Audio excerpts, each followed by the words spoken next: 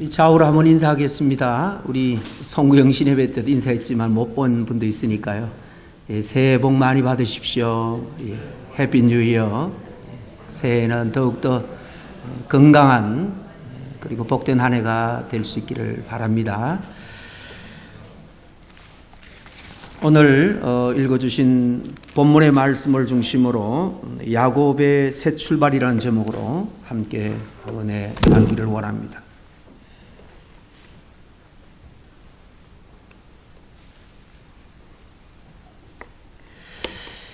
드디어 2024년 새해가 밝았고 오늘 첫 번째 주일 우리는 신년 주일 예배로 기념하며 지킵니다. 이 구약 시대에도 보면 유대인들은 새해 첫날 하나님 앞에 절기로 성회로 모여서 기념하며 지켰습니다.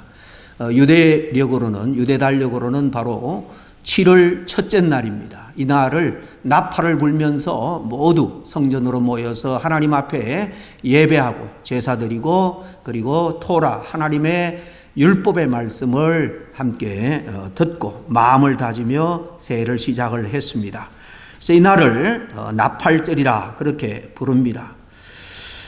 이렇게 새해 시작의 출발점에 특별히 모든 백성들이 한 자리에 모여 하나님을 예배하고 새로운 마음으로 하나님 앞에 또 새해를 한 해를 시작하자 그런 결단이 아마 있었을 줄 압니다. 오늘 이 신년 예배를 드리면서 우리들도 새로운 마음으로 새로운 은혜로 주신 한 해를 새롭게 잘 출발했으면 좋겠습니다. 사실 곰곰이 생각을 해보면 새 출발의 주인은 새해 첫날 시간이 아닙니다. 시간 안에서 살아가는 우리 사람들이죠. 그러므로 사람이 새로워지지 않는 한 시간도 결코 새롭다, 새날이다 그렇게 사실 말하기 어렵습니다. 그렇다면 어떻게 해야 새로운 출발을 우리가 할 수 있을까요? 사람들은 시간이 바뀌고 해가 바뀌면 이전에 없던 복이 다시 찾아오고 우리에게 새로운 기회가 스스로 저절로 그렇게 찾아올 것이다. 많은 기대를 하고 보통 새해를 맞이합니다. 정말 그렇겠습니까? 여기 여러분들이 정말 오랫동안 이 세상을 살면서 나이만큼이나 아마 새해를 들뜬 마음으로 맞았을 것입니다. 그저 그런 마음으로 기대로 새해를 맞았다고 해서 그 새해 그전과는 다른 새로운 축복이 우리 앞에 활짝 열렸다고는 볼 수 없을 거예요. 여러분, 새 사람이 없다라면 새로운 출발도 없는 것입니다. 아무리 시간이 바뀌고 날짜가 바뀌고 해가 바뀌어도 이 세월 시간의 주인인 우리 사람이 바뀌지 않는다면 새로운 시작은 없는 겁니다. 근데 좀처럼 바뀌지 않는 것이 우리 참 사람이죠. 대부분의 사람들은 자기가 걸어왔던 길을 습관처럼 그대로 그렇게 생각 없이 걸어가는 경우가 얼마나 많은지 모릅니다. 심지어는 자기 앞에 죽음이 놓여 있다는 것을 감지하고 보면서도 갈 때까지 그냥 가보는 게 우리 인간들의 모습입니다. 과거와 다른 새로운 은혜와 축복을 우리가 누리려면 기대하려면 뭔가 내가 새롭게 먼저 바뀌어져야 한다는 말씀입니다. 성경에서 바뀐다라는 것은 영적으로 말하면 회개를 의미합니다. 회개, 돌아선다는 거죠. 마음을 돌이키고 삶을 완전히 돌이키는 것입니다. 회개 없는 새로운 출발은 없습니다. 이런 의미에서 이 시간 야곱의 새 출발을 통해서 우리 모두도 다 함께 오늘 이 말씀이 교훈하는 그런 새 출발을 다시 우리가 다짐하면서 할 수 있는 귀한 도전의 시간이 될 수 있기를 간절히 축복합니다. 오늘 본문에 보면 야곱은 지금 저 멀리 이스라엘 땅에서 북쪽으로 지금의 시리아입니다. 수백 마일 떨어진 적어도 한 300~400마일 떨어진 먼 하란의 외삼촌 집에서 무려 20년 동안 타향살이를 하는 동안에 큰 가정을 이루고 부모 형제가 있는 가나안 땅으로 지금 돌아오고 있는 귀향 중에 있는 모습입니다. 귀향 얼마나 정말 가슴 뛰는 말입니까? 야곱의 귀향은 가히 금이 환향이다라고 할 법합니다. 한때 형을 속여서 장자권을 쟁취하기는 했지만은 그 형의 분노로 말미암아 더 이상 그 고향 땅에서는 살 수가 없어서 이렇게 외가가 있는 먼 타지로 피난 와서 살았는데 20년 만에, 물론 짧은 기간은 아닙니다만은 하나님이 축복하셔서 이렇게 거부가 되어서 고향 땅으로 돌아오고 있는 길입니다. 거기에는 4명의 아내와 12명의 자녀를 함께 대동하고 또 따르는 하인들과 많은 재산, 가축 무리가 있었습니다. 아직 말째 베냐민은 하란에서 태어나지 않았지만은 그래도 디나, 세겜에서 강간당한 끔찍한 사건을 겪은 그 유일한 딸 디나까지 포함하면 12명의 자녀와 함께 이렇게 정말 기쁨으로 고향 땅을 향해서 걸어오고 있는 것입니다. 성경은 이 모든 것이 다 하나님께서 허락해서 된 것이다. 그렇게 성경은 기록하고 있습니다. 아이를 낳을 때마다 하나님께서 허락하셔서 된 것이다 라고 말합니다. 또 양떼와 그 많은 염소떼를 불릴 때에도 하나님께서 주셨다 그렇게 합니다. 창세기 31장 9절 말씀을 보면은 하나님이 이같이 그대들의 아버지의 가축을 빼앗아 내게 주셨느니라 그렇게 말하는 대목이 나옵니다. 이 바로 삼촌 라반 장인이 되죠. 그의 두 딸 라헬과 레아에게 하는 말입니다. 삼촌의 많은 그 부를 내게 하나님께서 이렇게 붙여주셨다는 것입니다. 여기 빼앗아 그렇게 말하고 있지만은 실제로 강탈해서 준 것이 아닙니다. 야곱이 삼촌 라반의 가축들을 길러줄 때 품삯으로 무엇을 약속합니까? 7번이나 약속을 어기기도 했습니다만은 새끼가 태어날 때 점이 있거나 또 얼룩무늬가 있는 그런 새끼들은 내가 품삯으로 그 가축대를 돌보는 야곱에게 주겠다라고 했는데 신기한 것은 멀쩡한 그러니까 흰색이든 검은색이든 순수 그런 색깔의 어미들이 새끼를 낳는데도 놀랍게 이렇게 얼룩무늬 점박이들이 많이 태어나는 거예요. 그걸 하나님께서 역사하셔서 이 삼촌 재산이지만은 자기의 재산을 불려주기 위해서 이런 새끼들을 많이 주셨다라는 이야기입니다. 고향 땅에서 하란으로 도망갈 때 중간 베델에서 밤에 돌배기를 하고 하룻밤 노숙을 하다가 꿈에 환상 중에 하나님의 천사를 만나죠. 하나님과 놀라운 계약을 맺습니다. 하나님이 약속합니다. 복을 주겠다는 거예요. 그대로 그 이방 땅 하란에서 하나님의 복을 많이 받았습니다. 심지어 자신이 고향으로 돌아가고자 해도 외삼촌이 보내주지 않자 몰래 그 가족들, 그 식솔들 또 하인들, 가축들을 다 데리고 그 하란에서 밤에 몰래 도망해 올 때도 장인이면서 외삼촌이었던 이 라반이 나중에 알고는 많은 가신들을 데리고 뒤를 잡으려고 쫓아오죠. 그때 하나님이 초자연적으로 라반 삼촌에게 나타나셔서 뭐라고 말합니까? 그에게 선악간에 어떤 말도 하지 말고 손도 대지 말라는 것입니다. 하나님이 그가 하는 일마다 이렇게 사실 도와주셨고 가는 길마다 지켜주셨습니다. 그런데 그가 요단강을 건너서 이 고향 땅 부모가 있는 그 조상 땅으로 발을 옮기려는 순간 그를 기다리고 있는 것은 큰 위기였습니다. 죽음이 지금 앞에 놓여 있는 것입니다. 야곱은 나름 부지런하게 살았지만은 그 결과는 복심에 불타서 자신을 해하려고 400명의 군사를 이끌고 온 형 예세였습니다. 오늘 24절에 보면 야곱은 홀로 남았더니 그렇게 말하고 있는 것처럼 지금 그는 가솔들, 가족들, 가축대를 지금 야복강 건너편으로 먼저 내보내고 그 밤에 혼자 야복강 나루트에 머물고 있는 것입니다. 여기 홀로 남았다는 것은 누구에 의해서 그렇게 되어진 것이 아니고 스스로 그렇게 결정하여 남게 되었다는 것입니다. 지금 외롭게 그 밤에 홀로 있는 그런 상황을 스스로 자초했다는 거죠. 그런 혼자일 수밖에 없습니다. 우리도 살아가면서 막다른 길 앞에 서게 되면 여러분 우리는 혼자 그 위기와 어려움을 마주해야 하는 것입니다. 여러분 살아가면서 잠깐의 불편함, 어려움으로 남의 도움이 필요할 수 있지만은 절대절명의 위기, 죽음 앞에는 그 어떤 것도 소용이 없는 거죠. 개인이 부리는 군사들 400명이나 데리고 오는 자기보다 어쩌면 더 큰 부를 쌓은 이 형의 위협 앞에서는 사실 자기의 재산도 그 많은 가족들도 그에게는 실질적으로 큰 도움이 될 수 없었습니다. 그런 위기에서도 야곱은 살아남기 위해서 자기의 그런 얄팍한 머리를 굴립니다. 애들 말로 잔머리를 굴려서 형에게 선물로 보낼 것을 맨 앞에 가게 하고, 그 다음에 혹 형이 마음이 아직도 풀리지 않아서 자기의 그 자녀들, 식솔들을 또 치고 재산들을 빼앗을까 해서 두 때로 나눕니다.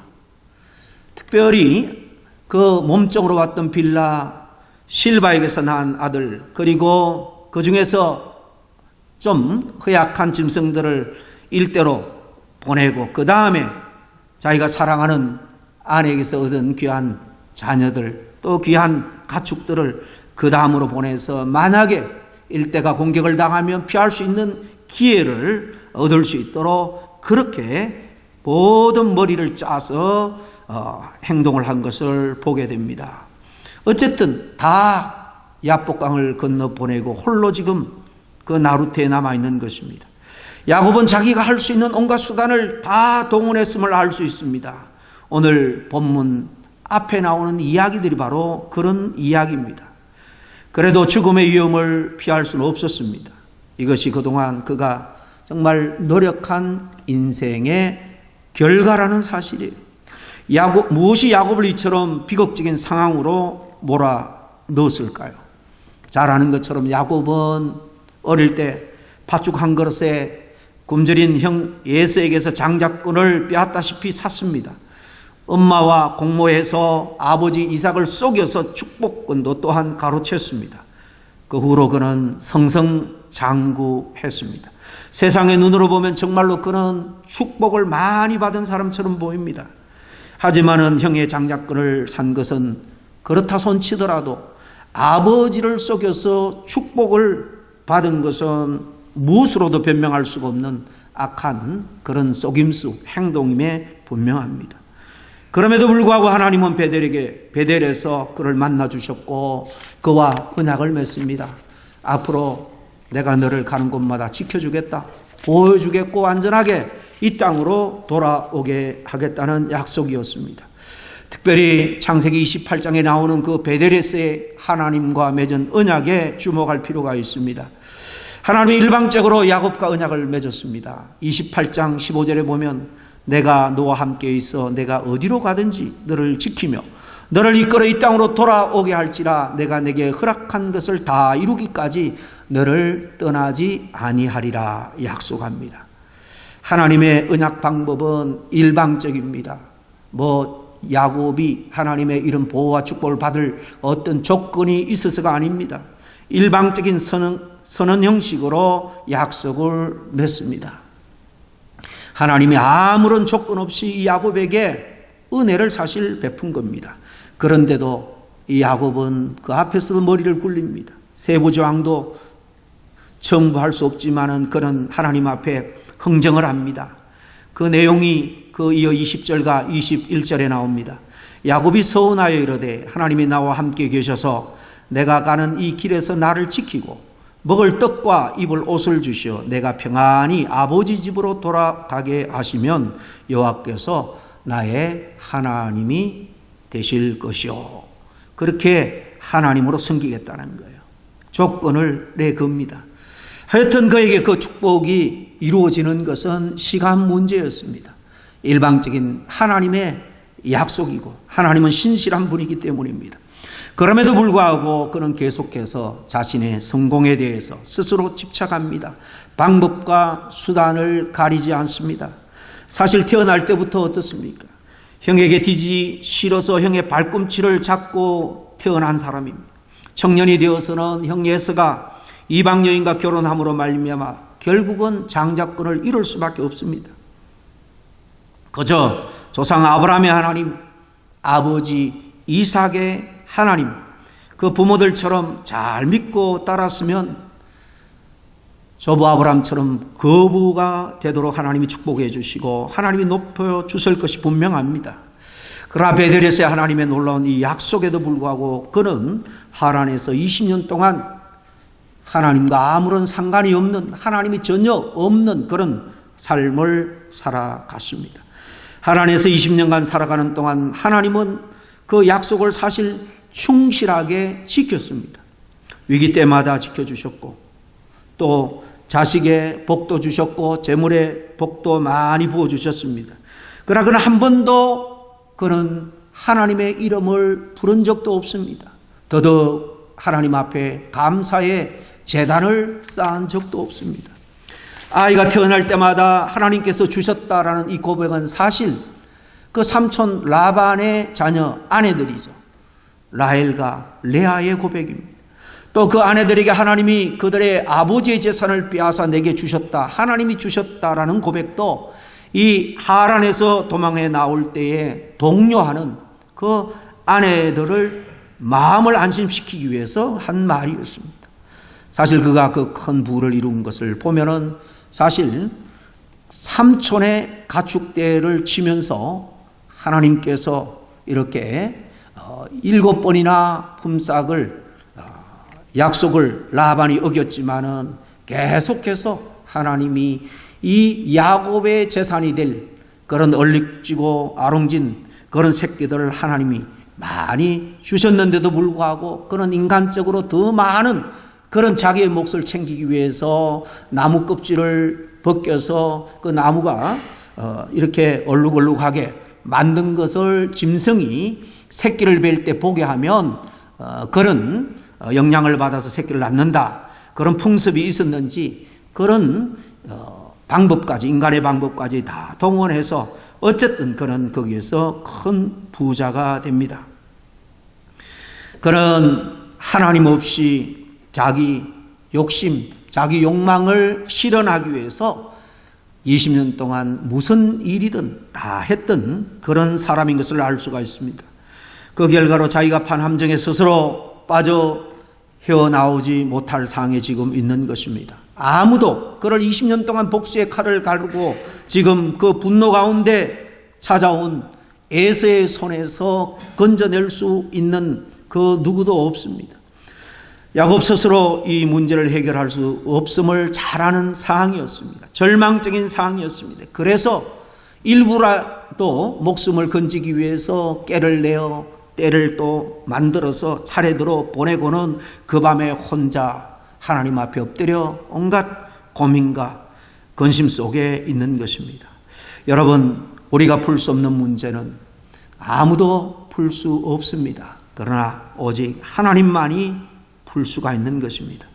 오늘 이야기는 하나님이 이 문제를 풀어주시고 그에게 새 출발을 하게 하신 이야기입니다. 그러면 하나님께서 어떻게 이 문제를 풀어가고 있습니까? 결론부터 말씀드리면 하나님은 야곱의 환두뼈, 허벅지 뼈를 치신 거예요.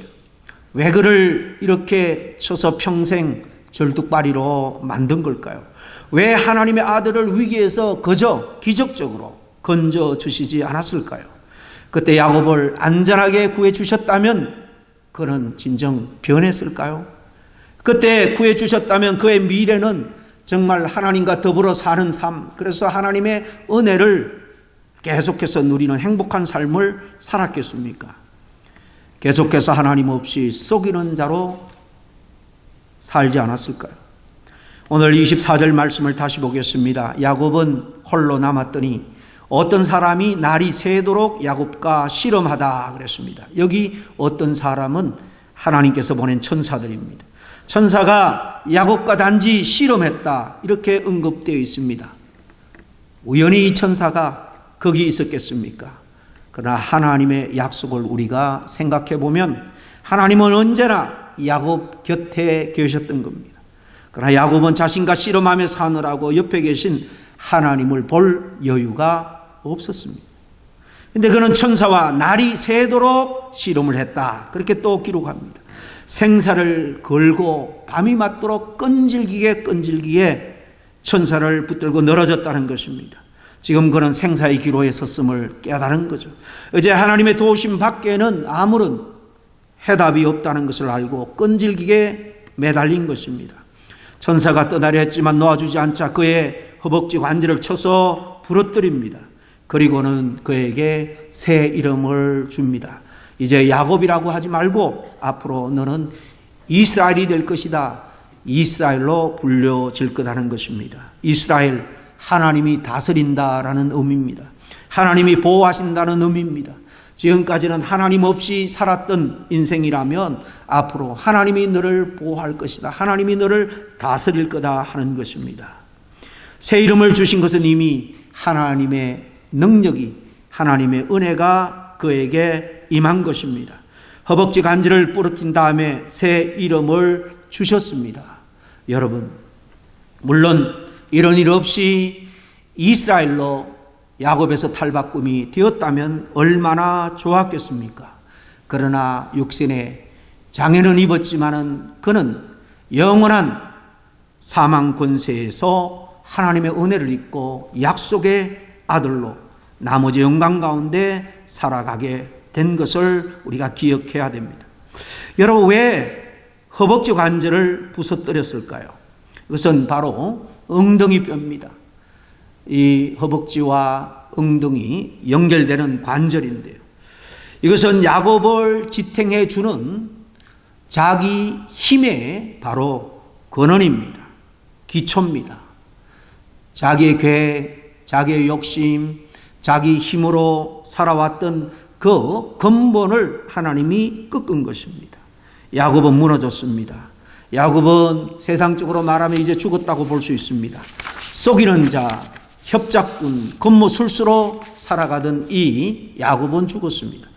이제부터는 하나님께서 이끌어 살아갈 수밖에 없습니다. 절면서 이스라엘이 된 것을 성경은 저주라고 말하지 않습니다. 축복이라고 말합니다. 그래서 속이는 자 야곱에서 영광스러운 이스라엘 이름을 붙여준 것입니다.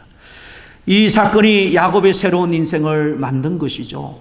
하나님의 다스림을 받는 이름, 그 이스라엘 삶을 그는 그 이후로 살아갔습니다. 여러분, 창세기 저 마지막 46, 7장에 보면 요셉에게 저 애굽으로 다 피난 갔을 때 그 아들에게 당부합니다. 여기에 나를 묻지 말고 내가 죽으면 우리 믿음의 선조들이 묻힌 그 약속의 땅, 그 헤브론 묘지에 함께 내 유고를 메고 가서 장사 지내달라는 것입니다. 이방 땅에 있지 않, 죽어도 하나님의 은혜의 자리에 머물겠다는 것입니다. 그리고 그 약속을 요셉이 아버지에게 할 때에 진실로 하나님 앞에 경배했다라고 기록합니다. 그리고 떠나면서 그 요셉의 두 아들뿐만 아니라 12아들에게 하나님 앞에 축복을 구하고 기도하며 야곱은 하나님 앞으로 떠나는 것을 볼 수가 있습니다. 그리고 오늘 본문의 이 사건 다음에 놀라운 사건이 기록되어져 있습니다. 야곱을 죽이겠다고 달려오던 예서 갑자기 변합니다. 야곱의 목을 안고 입을 맞추며 웁니다. 분노로 가득 찼던 그가 갑자기 울보가 되었습니다. 왜 이리 갑자기 변했을까요? 절뚝거리는 동생을 보고 동정심이 발동한 걸까요? 그럴 수도 있을 겁니다.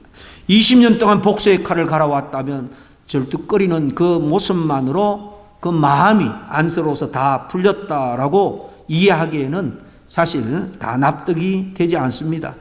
한마디로 하나님의 역사로밖에는 이해가 안 됩니다. 예수가 그 후에 이 주변은 위험하니 내가 사는 곳으로 함께 가자, 따뜻하게 그렇게 요청하는 것을 보면 더더욱 그렇습니다. 이렇게 사람이 풀 수 없는 문제를 하나님이 풀면 풀리는 것. 야곱의 입장에서 보면 그가 하나님 앞에서 사실 거꾸로진 것입니다. 사실 그동안 야곱은 형제에서와도 갈등이 있었지만 하나님과의 관계도 사실 완전히 깨어진 상태로 이방 땅에서 20년을 보냈습니다. 이 두 가지 문제가 다 눈 녹듯이 한순간에 해결됩니다. 야곱이 더 이상 야곱이 아니라 하나님과 동행하는, 하나님의 다스림을 받는 이스라엘로 변합니다. 이때 이 두 가지 문제는 완전히 해결된 것입니다. 나중에 이스라엘을 건국할 때 기초가 되는 12지파의 직접적인 조상이 되는 것을 봐도 잘 알 수 있습니다. 그때 아침 해가 떠오르죠. 야곱은 하나님께서 주시는 희망인 새날의 해를 보고 또 하나님의 얼굴 버니엘을 보았습니다. 자신이 무너질 때에, 그리고 하나님 앞에 꼬꾸라질 때에 비로소 야곱에게 희망의 새 아침을 맞이하게 된 것입니다. 사람들이 하나님께 돌아와서 그 말씀을 듣고 바르게 살아가면 일어나는 그 결과에 대해서 이사야 선지자는 이렇게 전합니다. 이사야서 58장 8절과 9절 말씀입니다. 그리하면 내 빛이 새벽같이 비칠 것이며 내 치유가 급속할 것이며 내 공의가 내 앞에 행하고 여호와의 영광이 내 뒤에 호위하리니 내가 부를 때에는 나 여호와가 응답하겠고 내가 부르짖을 때에는 내가 여기 있다 하리라 그랬습니다. 새해는 정말 우리가 하나님 앞에 엎드려 기도하는 것마다 응답이 되고 정말 하나님의 그 영광이 항상 저와 여러분과 함께하는 복된 한 해를 다 맞을 수 있기를 주의 이름으로 간절히 축원합니다. 새 출발의 주인은 시간이 아니라고 말씀드렸습니다. 시간 안에 살아가는 바로 저와 여러분 우리들입니다. 나 자신이 새로워지지 않으면 시간은 새로운 축복을 결코 만들 수가 없습니다. 아무리 복을 달라고 부르짖어도 우리 자신이 변하지 않는 한 하나님이 복을 주신들 우리가 복을 받을 아무런 자격도 그릇도 안 되기 때문에 의미가 없는 거예요. 오늘 본문 28절에 이스라엘이라는 이름을 주시면서 네가 하나님과 겨루어 이겼다 그렇게 말씀합니다. 여러분 이겼다는 게 무엇입니까? 우리 그리스도인이 승리했다라는 말이 무슨 뜻일까요? 하나님께 매달리는 것, 하나님께 내 인생을 맡기고 사는 것, 그래서 하나님께서 간섭하시고 다스리는 것, 사실 이것이 우리의 승리입니다. 이것이 우리 그리스도인에게 말로 닿을 수 없는 영광이 되는 것입니다. 내가 살면은 내 영광을 내가 누리고 쟁취할 수 있을 것처럼 생각하지만은 그 영광은 안개처럼 잠깐 있다가 작은 바람에도 흩어질 수밖에 없는 헛되고 헛된 것입니다.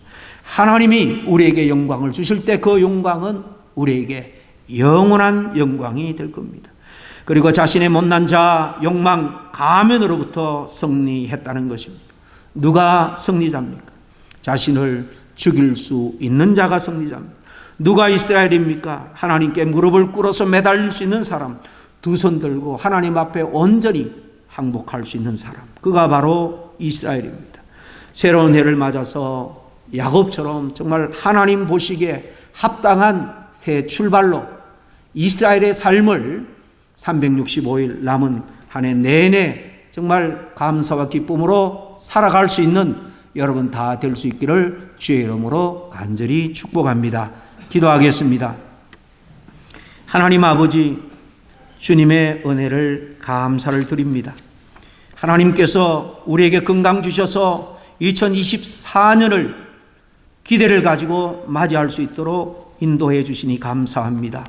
새해가 되었다고 새로운 그런 삶이 자동으로 펼쳐지는 것이 아니라 정말 우리가 먼저 변하여 새로운 삶으로 만들어가고 정말 축복받는 그런 하나님의 은혜를 받을 그런 자격 있는 사람으로 먼저 변하는 저희들 될 수 있도록 주님 도와주시옵소서. 예수님 이름으로 기도하옵나이다.